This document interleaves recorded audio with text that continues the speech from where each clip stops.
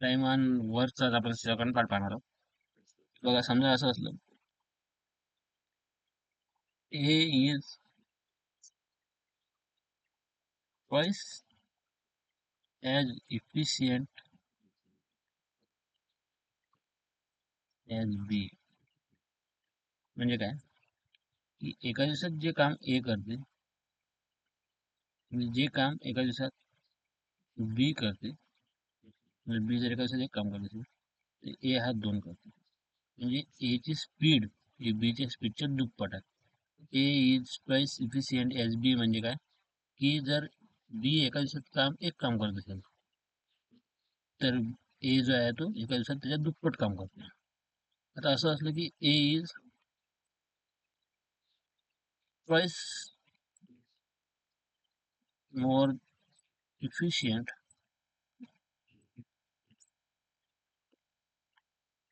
than B म्हणजे काय की B जर एक काम करत असेल तर हा दुपटीनं मोर आहे, जास्त आहे, म्हणजे दुप्पटपेक्षा जास्त आहे. म्हणजे हा जर एक असेल तर हा 1 + 2 3 आहे.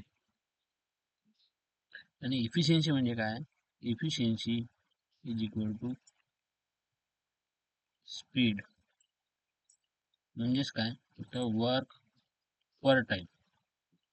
बघा आता क्वेश्चन बघू आपण. Question number first. Anil is thrice as good as workman Arun. Together they can do a job in 12 days. In how many days will Arun finish the work alone? बघा एक अनिल आहे आणि अरुण आहे. Anil is thrice as good a workman as Arun. म्हणजे याची speed efficiency work per time किंवा efficiency किंवा speed हा नंबर वर्क पर डे करू आपण. इथं number of days into work. आपल्याला काय म्हटलं Anil is thrice as good as workman Arun. म्हणजे अरुण जर एक असेल इफिशियन्सी अरुणची जर स्पीड एक असेल तर अनिलची किती आहे 3 आहे.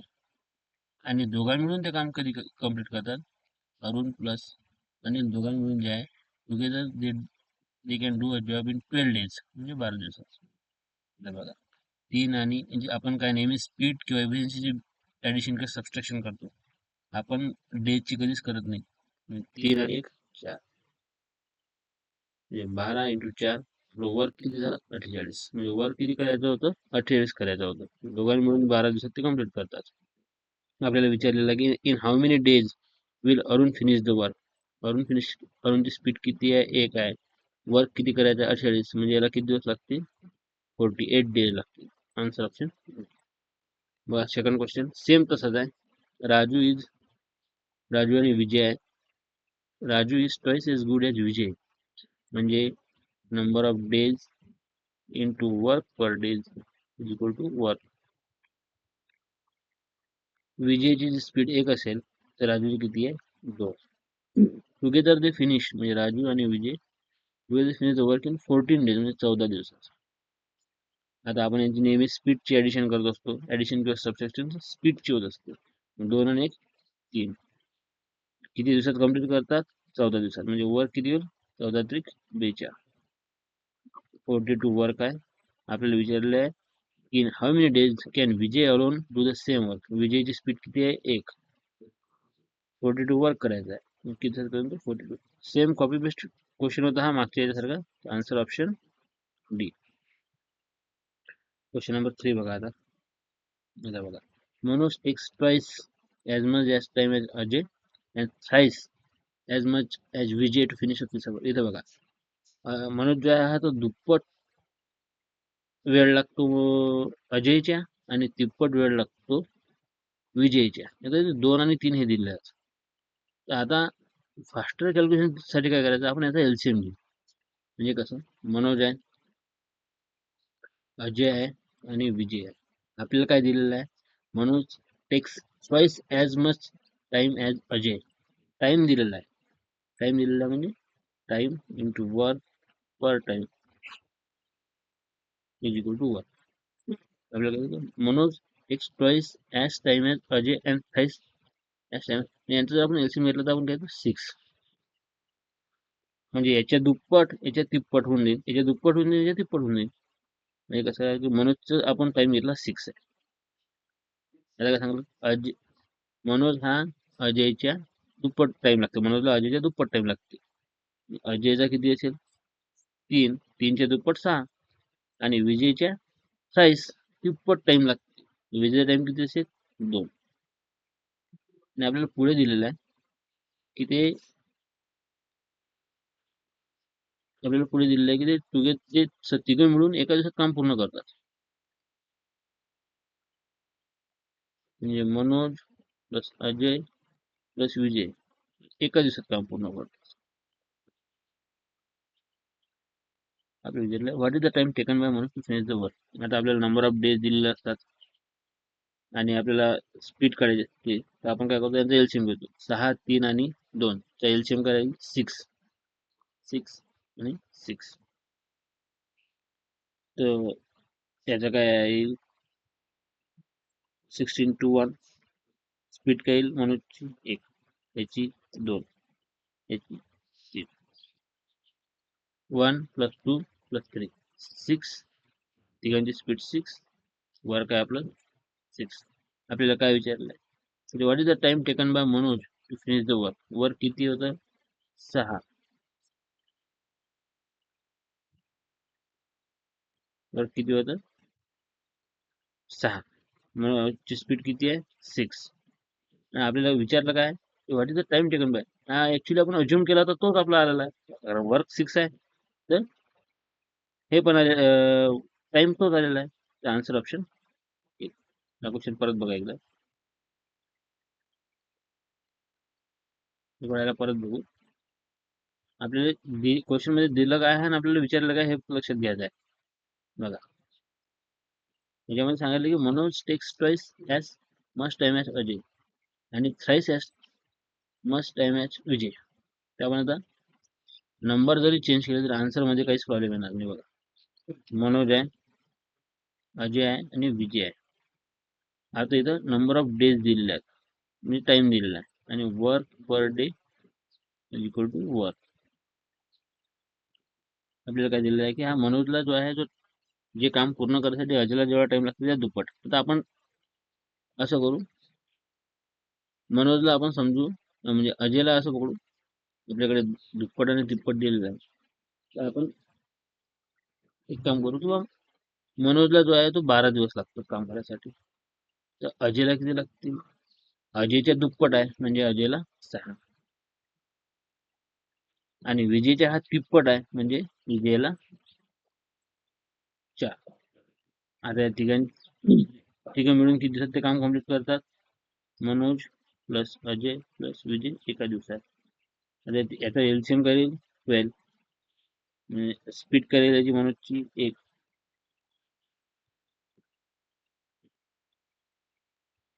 चल म्हणजे एलसीएम करेल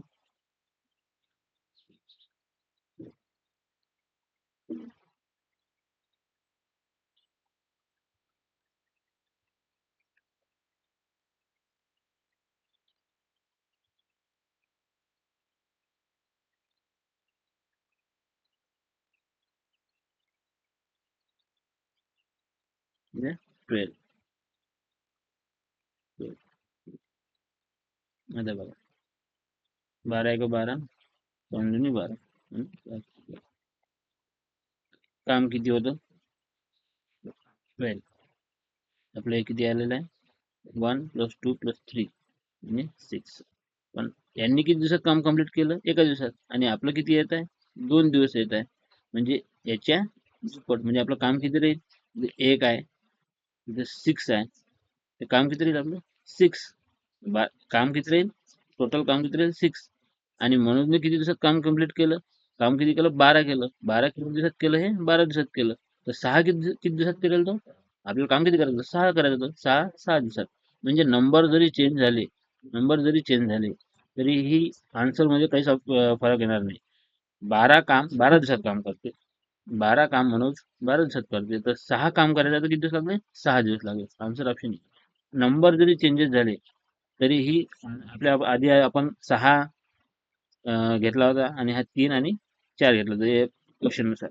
तर नंबर जरी चेंज झाले तर आन्सर ऑप्शन मध्ये काही फरक पडणार नाही म्हणजे आन्सर ऑप्शन येईल. नेक्स्ट बघा, efficiency of A is 50% more than B and takes 21 days to complete a piece of work. A आहे, B आहे. याची efficiency दिली आहे, म्हणजे number of days into work per day into work. Efficiency of A is 50% more than B. म्हणजे जर समजा B ची efficiency 100 असेल, 50% more plus 50% म्हणजे याची किती, 150. दॅन बी म्हणजे याची efficiency 100 असेल, याची किती, 150. आता याला बघा, हा 0 0 कॅन्सल करतो कारण हे रेशो आहे. 5 त्रिक 5 2 and B takes 21 days to complete a piece of work. म्हणजे B चे आपल्याला नंबर ऑफ डेज दिले 21. त्याच्यावरून काय करू शकतो आपण, 42 वर्क आहे. मग इथं 42 वर्क येतील, 42 टोटल वर्क 42 करायचं आहे. पुढे काय दिलंय, A started the work alone and then B join with him in 5 days before actual completion of the work. म्हणजे A न काम चालू केलं, याची स्पीड किती आहे, 3. आणि बी जॉईन करते कधी, join with him in 5 days before the actual completion of the work. म्हणजे शेवटच्या 5 दिवसात त्यानं कंप्लीट व्हायच्या पहिले बी न जॉईन केलं. म्हणजे शेवटचे 5 दिवस जे काम आहे ते दोघांनी मिळून केलं.